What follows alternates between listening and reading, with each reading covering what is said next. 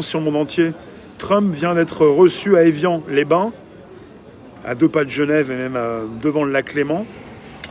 Trump vient d'être reçu au G7 et l'actualité, ce sont les accords avec l'Iran. Parce que beaucoup pensaient qu'on partait en guerre mondiale et en fait non. On va pouvoir penser à autre chose, on va souffler un petit peu.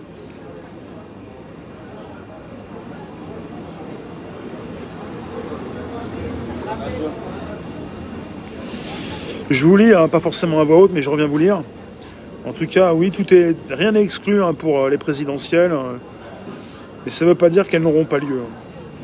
En tout cas, l'été va être chaud. On n'est même pas encore le 21 juin, mais il commence à faire une sacrée chaleur.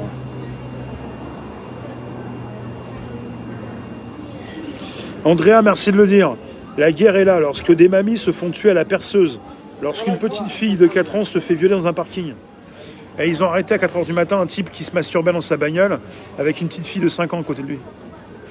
Il serait intéressant que de plus en plus les gens soient alertes pour aussi balancer tout ça. Il y a quelqu'un qui a balancé un sale type qui se masturbait dans sa voiture avec une petite fille à 4h du matin. Faites penser à ça. Tandis que vous avez des grands-mères qui se font dégommer. Ouais. On est en guerre. Ouais. Il y a des viols, les femmes, les enfants d'abord, ce qui est absolument scandaleux, évidemment.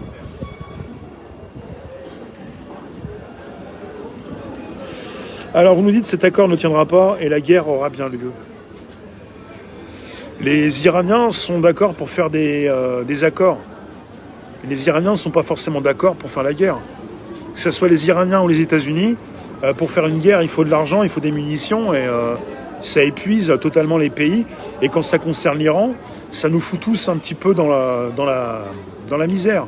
Même si on n'a aucun bateau qui va là-bas, quoique très peu, et si on ne s'approvisionne pas là-bas. C'est effet domino en rapport avec l'augmentation du pétrole au niveau mondial.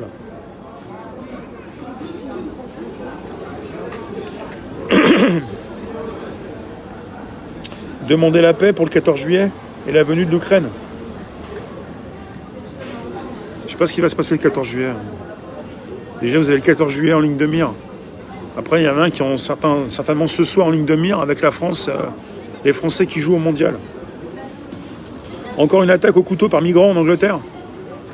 Vous en avez qui pensent que ce qui se passe en Angleterre ou en Irlande va avoir des conséquences aussi en France. Il y a un ras-le-bol européen. Et il y a une Union européenne qui impose ses quotas d'immigration. Et même si vous en avez dans le camp du bien qui vont vous dire « Ah, c'est pas bien, il faut accueillir tout le monde ». C'est la République islamique, pas l'Iran. Et en France, on dit quoi? C'est la République française et pas la France? Ça dépend pour qui.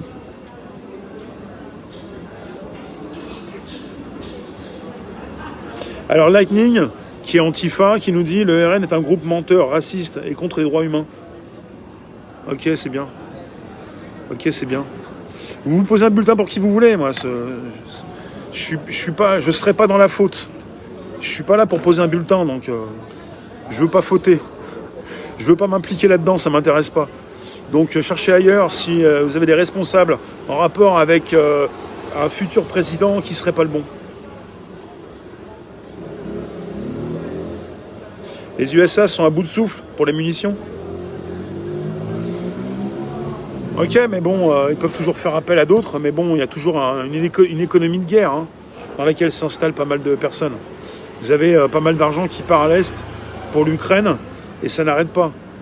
Et donc cette campagne présidentielle va être assez exceptionnelle, vu qu'il y a beaucoup de Français qui en ont marre, notamment en rapport avec ceux qui devraient lutter beaucoup plus contre la pédocriminalité, et qui apparemment ne le font pas. Ça a été aussi dénoncé par beaucoup de Français.